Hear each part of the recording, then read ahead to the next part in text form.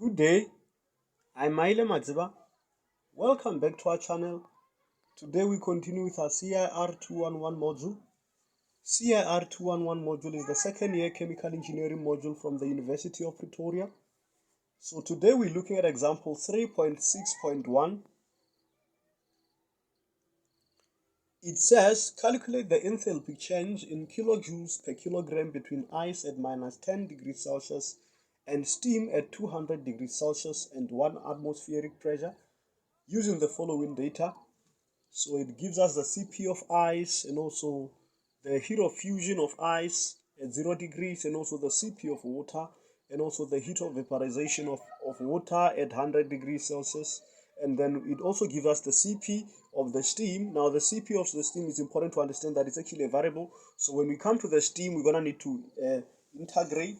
So for us to be able to solve it, let's choose a basis. They say we need to calculate the enthalpy change in kilojoules per kilogram. So the best approach would be to choose a basis of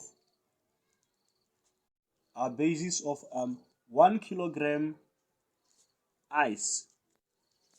So this is actually 1 kilogram of ice at minus 10 degrees Celsius. So that's actually what we going to be using. Now, if we have that in place, what we can now do is to use the general equation of change in energy.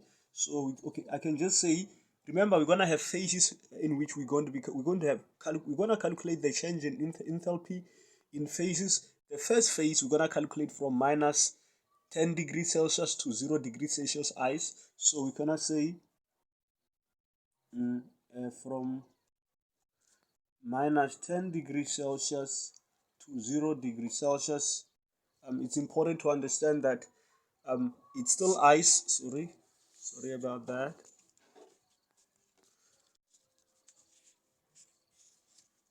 It's important to understand that at 0 degrees is still ice and at minus 10 degrees Celsius is ice. So the change in enthalpy there is going to be Cp change in T. Firstly, because you could see the Cp here is constant and also the Cp is expressed in grams. So we're going to need the mass. So, and then also the change in temperature. Also, another important thing to understand is that the temperature in the unit is actually degrees Celsius. So we're going to be using the change in temperature in degrees Celsius, and it's a little bit different when it comes to the CP, which has a variable in it, but I'll explain it when I get here. So the changing the ice, moving the temperature, or rather changing the temperature of the ice from minus 10 degrees Celsius to 0 degrees Celsius is gonna take us to, we already know that, okay, the grams here is actually we chose a base of 1 kilograms ice. So let me just say it's equals to 1000 grams ice. So we know that 1 kilograms is 1000 grams. So we know we're going to be using 1000 grams. So we're going to say 1000 grams multiplied by the Cp of ice, which is 0.201 calorie per gram degree Celsius, multiplied by our change in temperature. We know the ice is going to move from minus 10 degrees Celsius to 0 degrees Celsius just before it melts. So it's okay, the final temperature is going to be 0 degrees Celsius minus 10 degrees Celsius, right? And if you use your calculator, we know that our grams will fall off and also our degrees Celsius will fall off. We'll be left with calories, and if you use your calculator, that is going to give us 2010 calorie. So yeah, that is basically a calorie right there. And then now that the ice has changed the temperature from minus 10 degrees Celsius to 0 degrees Celsius, we know that at 0 degrees Celsius the ice is gonna melt into water without changing the temperature. So we can just say at 0 degrees Celsius, right, we know the enthalpy change is equals to, we're gonna use the mass times the lambda, mass multiplied by the heat of fusion. So it's equals to, the heat of fusion is also expressed in grams. So we're gonna just say 1000 grams multiplied by that heat of fusion is 79.67 calorie per gram. And if you use your calculator there, it's gonna give you 670. The grams will fall off, calories, right? Now the ice has melted to water. After this stage, the ice has melted to water, but it's still at 0 degrees. So now from here, we're gonna be calculating the change in enthalpy from 0 degrees to 100 degrees. Remember, they are saying between ice at minus 10 degrees and steam at 200 degrees. But we know that for it to move from minus 10 degrees ice to 200 degrees steam, there are phases it takes. So after the ice melt, then we know that the water, we need to calculate the water need to change in temperature from 0 degrees to 100 degrees. So I can just say from 0 degrees Celsius to 100 degrees Celsius. So we say the change in enthalpy is equals to mass Cp delta T. We use this equation because we have a change in enthalpy of that, and that change in enthalpy is actually a constant, so it's not that of a problem. So it's equals to, we know the mass doesn't change, so it's 1000 grams multiplied by our Cp there is 1.0019 calorie per gram degree Celsius multiplied by our change in temperature. The final temperature is 100 degrees Celsius, and then the initial temperature is 0 degrees Celsius. And if you use your calculator, that is gonna give you 100,190 calories. So at this stage, now the water, remember the ice melted to water. The water then has, in this stage, the water has moved from 0 degrees to 100 degrees Celsius, and it took this much of enthalpy change. And now with that said, we then need to move to let me bring this here. We know that at 100 degrees, the water will then evaporate without changing temperature. Remember, at 0 degrees, the ice melted. At 100 degrees, the water will evaporate. And we have the heat of vaporization here. So we can just say at 100 degrees, at 100 degrees Celsius, change in enthalpy is equals to mass multiplied by, this is the lambda. I hope it's visible. Heat of vaporization is equals to, the mass doesn't change, it's 1000 grams, right? And the heat of vaporization of the water is 539.1 calorie per gram. So we say multiply by 539.1 calorie per gram, right? And if you use your calculator, it's gonna give you 5391, it's 539100 calorie. So the water moved from 0 degrees to 100. It was still water, but at 100 degrees the water then evaporated, so, and it took this much enthalpy. So after this stage, then we have 100 degrees Celsius steam, right?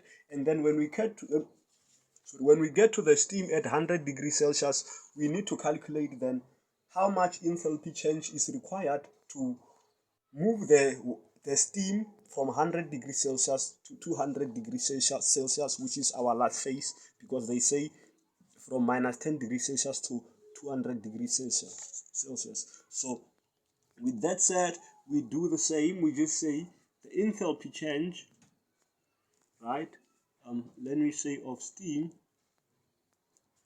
is equals to, however, it's important to understand that the enthalpy change of steam is not constant. You could see it has a variable, so we're going to be doing some integration. So it's equals to, and we're going to do, if you look at the units here, the unit is actually calorie per gram mole Kelvin. So with that said, it means we're not going to be using mass, but we're going to be using gram moles. We're not going to be using grams, we're going to be using gram moles, because you can see the units are actually expressed in calorie per gram mole Kelvin. So with that said, we can just say the enthalpy change of steam is N. This is the number of moles, and we're going to be integrating from 100 degrees Celsius to 200.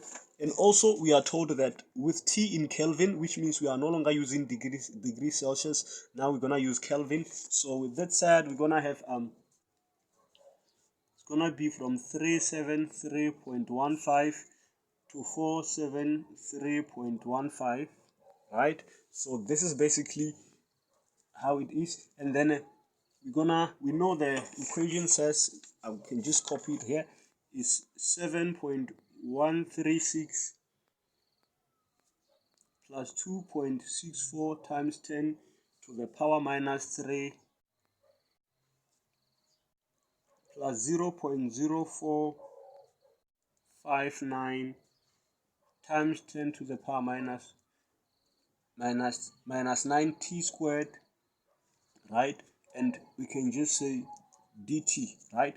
With that said, now we have our n. N is actually a constant because it's our number of moles. So we know we have 1000 grams, so we can just calculate n. We can number of moles.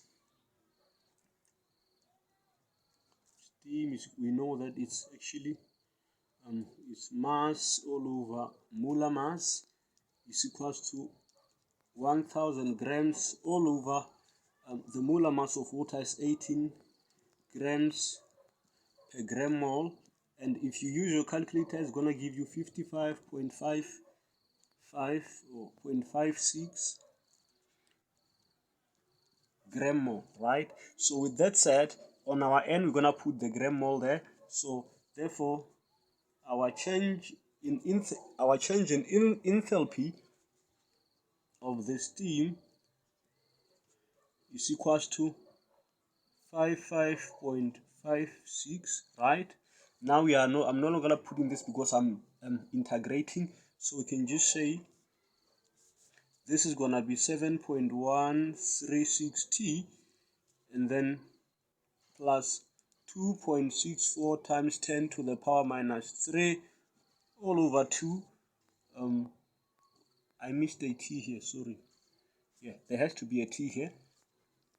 All over 2, and then the t becomes t squared because we're integrating with respect to t, and then you see plus 0.0459 times 10 to the power minus, is it not? Okay, let me check something. Oh, sorry. Also here, it's actually 6. It's not 9. So it's 0.0459 times 10 to the power minus 6t squared. So that becomes to the power minus 6 all over 3. This is because the t squared then becomes t cubed. And then we can have our temperature change here. It's 373.15 to 473.15, right? And yeah, that is equals to let me just check here. So our change in enthalpy then becomes is the 55. Let me take the longer route. 55.56, right? 7.136. The last temperature is 473.15 minus the initial temperature of the steam is 373.15. That is this part, and then plus 2.64 times 10 to the power minus 3 all over 2, right? And then our t squared becomes 473.15 squared minus 373.15 squared. So, and then we come to this one, this part here, we say, I'll write it down here, plus 0.0459 times 10 to the power minus 6 all over 3, then bracket our t cubed, we have our 473.15 cubed minus 373.15 cubed, right? Everything the square bracket. So from here to here, everything multiplied by 55.56, which is our number of gram moles. And Therefore, our change in enthalpy, if you use your calculator here, is gonna give you 766,861.9265.7 calories. This is actually the, let me say, the change in enthalpy of the steam, right? This is the change in enthalpy of the steam. So with that said, then we're able to calculate all the individual change in enthalpies. So now we can just say the change in enthalpy total is equals to, let's start here, is equals to the change in enthalpy from minus 10 degrees to 0 degrees, which is 2010 calories. So it's 2010 calories plus the change in enthalpy as a result of the melting of the ice at 0 degrees. That is 79670. So it's plus 79670 calories, and then plus the change in temperature from 0 degrees to 100 degrees, which is 100190 calories. So it's 100190 calories plus the change in temperature as a result of the evaporation of the water at 100 degrees, which is 539110. So we say plus 539,100, 539,100 calories plus lastly the change in enthalpy as a result of the steam moving from 100 degrees Celsius to 200 degrees Celsius. So that becomes 766,861.92. So that is 766,861.9265.7 calories. I hope that is still visible, yeah. And with that said, so therefore the change in enthalpy total, if you use your calculator, it becomes, let's see, no, I made an error here.